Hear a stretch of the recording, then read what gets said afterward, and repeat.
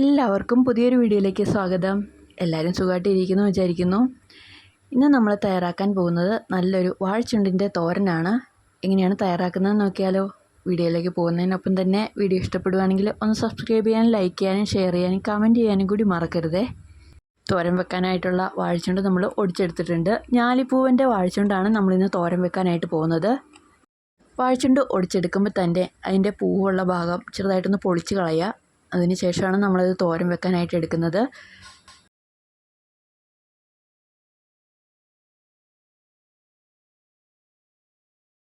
നമ്മളങ്ങനെ ഞെട്ടൊക്കെ കളഞ്ഞ് വാഴക്കൂമ്പ് എടുത്തിട്ടുണ്ട്. ഇനി നമുക്ക് കറി വെക്കാം. നമ്മളിവിടെ വാഴക്കൂമ്പ് തോരൻ വെക്കുന്നത് വൻപയർ ഇട്ടിട്ടാണ്. എപ്പോഴും വാഴക്കൂമ്പ് തന്നെ വെക്കുന്നതിലും ടേസ്റ്റ് അതിൻ്റെ കൂടെ ചെറുപയറോ വൻപയറൊക്കെ ചേർത്ത് വെക്കുമ്പോഴാണ് കേട്ടോ. ഒരു നാഴി വൻപയർ എടുത്തിട്ടുണ്ട്. ഇനി നല്ലപോലെ ഒന്ന് കഴുകിയെടുത്തതിന് ശേഷം കുക്കറിലിട്ട് ഒന്ന് വേവിച്ചെടുക്കുകയും കൂടി ചെയ്യണം. നമുക്കിത് കുക്കറിലിട്ട് ഒന്ന് വേവിച്ചെടുക്കാം. വൻപയറിലോട്ട് ആവശ്യത്തിന് വെള്ളം, ഒരു കപ്പ് വെള്ളം ഒഴിച്ചു കൊടുത്തിട്ടുണ്ട്. അതുപോലെ തന്നെ കുറച്ച് ഉപ്പും കൂടി ചേർത്ത് കൊടുത്തതിന് ശേഷം ഒരു 4 വിസിൽ അടുപ്പിച്ചാൽ തന്നെ നമ്മുടെ വൻപയർ നല്ലപോലെ വെന്ത് കിട്ടും. വൻപയറെല്ലാം വെന്ത് കിട്ടുന്ന സമയത്തിന് തന്നെ നമുക്ക് വാഴച്ചുണ്ടൊന്ന് അരിഞ്ഞുകൂടി എടുക്കാം.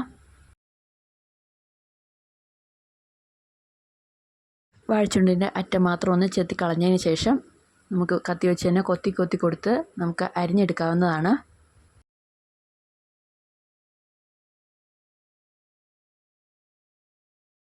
വാഴച്ചുണ്ട് അരിയാനായിട്ട് നല്ല എളുപ്പമാണ്. പാവയ്ക്കൊക്കെ അരിഞ്ഞെടുക്കുന്ന പോലെ തന്നെ അരിഞ്ഞെടുക്കാവുന്നതാണ്. സൈഡെല്ലാം നല്ലപോലെ ഒന്ന് കൊത്തി കൊടുത്താൽ തന്നെ നമുക്ക് നല്ലപോലെ അരിഞ്ഞെടുക്കാൻ പറ്റും.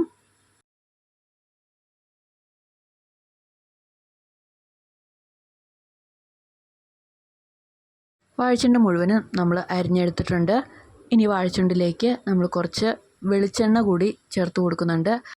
വാഴച്ചുണ്ടിന് ചെറുതായിട്ടൊരു കറയുണ്ട്.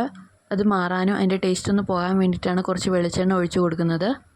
വെളിച്ചെണ്ണ ഒഴിച്ച് കൊടുത്തതിന് ശേഷം നല്ലപോലെ ഒന്ന് മിക്സ് ചെയ്തുകൂടി എടുക്കാം. വാഴച്ചുണ്ട് മിക്സ് ചെയ്യാനായിട്ട് എപ്പോഴും ഈർക്കിലിയോ അല്ലെങ്കിൽ പപ്പടക്കൊള്ളിയോ വെച്ചൊന്ന് മിക്സ് ചെയ്ത് കൊടുക്കുകയാണെങ്കിൽ നമുക്ക് പെട്ടെന്ന് തന്നെ മിക്സ് ചെയ്തെടുക്കാൻ പറ്റും. നമ്മളിത് മിക്സ് ചെയ്യുന്ന സമയത്ത് ചെറിയ കട്ടയായിട്ട് വരും. അതുപോലെ തന്നെ ചെറിയൊരു നൂല് പോലെ ഉണ്ടാകും. അതൊക്കെ നമുക്കൊന്ന് സെപ്പറേറ്റ് ചെയ്ത് കൊടുക്കാനായിട്ട് ഇതുപോലെ പപ്പടക്കൊള്ളിയോ ഈർക്കിലിയോ ഒക്കെ വെച്ച് ചെയ്യുവാണെങ്കിൽ പെട്ടെന്ന് തന്നെ മാറ്റിയെടുക്കാൻ പറ്റും.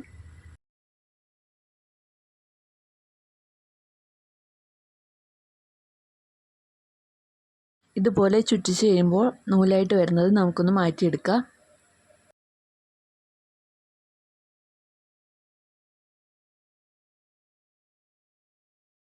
ഇനി തോരനുള്ള അരപ്പ് കൂടി തയ്യാറാക്കാം.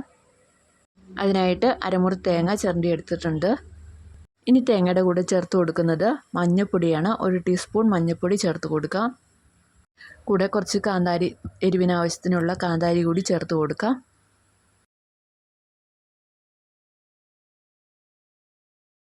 അടുത്തായിട്ട് വേണ്ടത് ഉള്ളിയാണ്. ഒരു 8 ചുള ഉള്ളി കൂടി ചേർത്ത് കൊടുക്കുക. അടുത്തായിട്ട് വേണ്ടത് ജീരകമാണ്. 1 ടീസ്പൂൺ ജീരകം കൂടി നമുക്ക് ഇതിൻ്റെ കൂടെ ചേർത്ത് കൊടുക്കാം. ഇനി കുറച്ച് കറിവേപ്പിലയും കൂടെ കൂട്ടി നമുക്ക് നല്ലപോലെ ഒന്ന് ചതച്ച് അരച്ചെടുക്കണം. ഒരുപാട് അരഞ്ഞു പോകേണ്ട ആവശ്യമില്ല.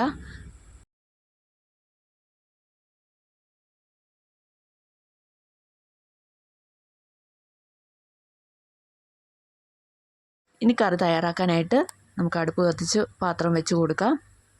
നമ്മുടെ ഉരുളി നല്ലപോലെ ഒന്ന് ചൂടായി വന്നു കഴിഞ്ഞാൽ എണ്ണ കൂടി ഒഴിച്ചു കൊടുക്കാം. എണ്ണയെല്ലാം നല്ലപോലെ ഒന്ന് ചൂടായി വന്നിട്ടുണ്ട്. ഇനി കടുക് കൂടി ചേർത്ത് കൊടുക്കാം.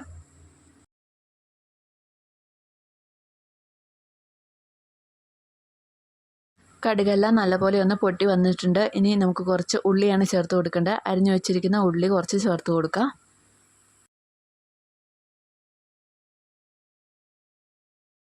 കൂടെ കുറച്ച് കറിവേപ്പിലയും കൂടി ചേർത്ത് കൊടുക്കണം. രണ്ടും കൂടി ചെറുതായിട്ടൊന്ന് മൂപ്പിച്ചെടുത്തതിന് ശേഷം വേണം നമ്മൾ വേവിച്ച് വെച്ചിരിക്കുന്ന പയർ ചേർത്ത് കൊടുക്കാനായിട്ട്.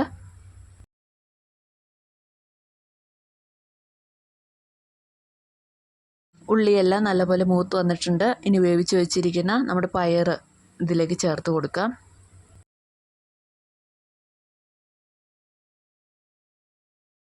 പയർ ഇട്ട് കൊടുക്കുന്നതിൻ്റെ ഒപ്പം തന്നെ നമ്മൾ അരിഞ്ഞു വെച്ചിരിക്കുന്ന വാഴച്ചുണ്ട് കൂടി ചേർത്ത് കൊടുക്കണം. വാഴച്ചുണ്ട് മാത്രമേ ഇനി വേവാനായിട്ടുള്ളൂ. പയർ നമ്മൾ ഓൾറെഡി വേവിച്ചതാണ്. അതുകൊണ്ട് തന്നെ അത് ഒരുപാട് ഇനി വേവിക്കേണ്ട ആവശ്യമില്ല. വാഴച്ചുണ്ട് മാത്രം ഇനി ഒന്ന് ആവി കയറി വെന്ത് വന്നാൽ മാത്രം മതി. വാഴച്ചുണ്ടും കൂടി നമ്മൾ ചേർത്ത് കൊടുത്തിട്ടുണ്ട്. ഇനി നല്ലപോലെ ഒന്ന് മിക്സ് ചെയ്തുകൂടി കൊടുക്കാം.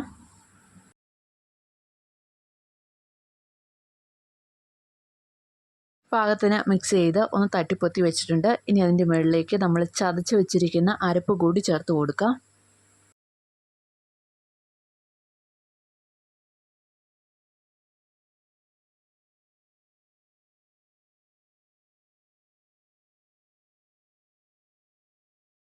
അരപ്പും കൂടി ചേർത്തതിന് ശേഷം നല്ലപോലെ ഒന്നുകൂടി മിക്സ് ചെയ്യണം. മിക്സ് ചെയ്തതിന് ശേഷം നമുക്കൊന്ന് തട്ടിപ്പൊത്തി വെച്ച് നല്ലപോലെ ഒന്ന് ആവി കയറ്റി വേവിക്കണം. ഇതുപോലെ ഒന്ന് ഒതുക്കി വെച്ച് കൊടുക്കുകയാണെങ്കിൽ പെട്ടെന്ന് തന്നെ അതിനുള്ളിൽ ആവി കയറി നല്ലപോലെ വെന്ത് കിട്ടും. അതിന് വേണ്ടിയാണ് ഇതുപോലെ ചെയ്ത് കൊടുക്കുന്നത്. ഇനി അടച്ച് വെച്ച് ഒന്ന് വേവിച്ചാൽ മാത്രം മതി.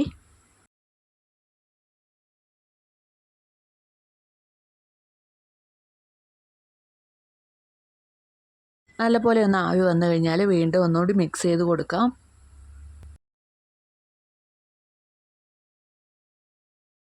നല്ലപോലെ മിക്സ് ചെയ്തതിന് ശേഷം വീണ്ടും ഒന്നുകൂടി ഒന്ന് അടച്ചു വെച്ച് നമുക്കൊന്ന് ആവി കയറ്റിയെടുക്കാം.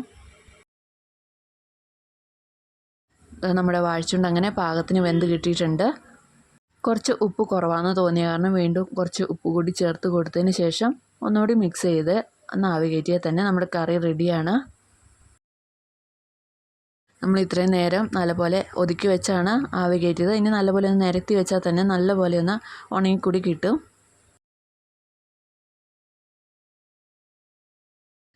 നല്ലപോലെ കറിയെല്ലാം ഒന്ന് നിരത്തി വെച്ചതിന് ശേഷം ഒന്നുകൂടി ചൂടാക്കി നമുക്കിത് കറി അടുപ്പത്തുനിന്ന് വാങ്ങാവുന്നതാണ്.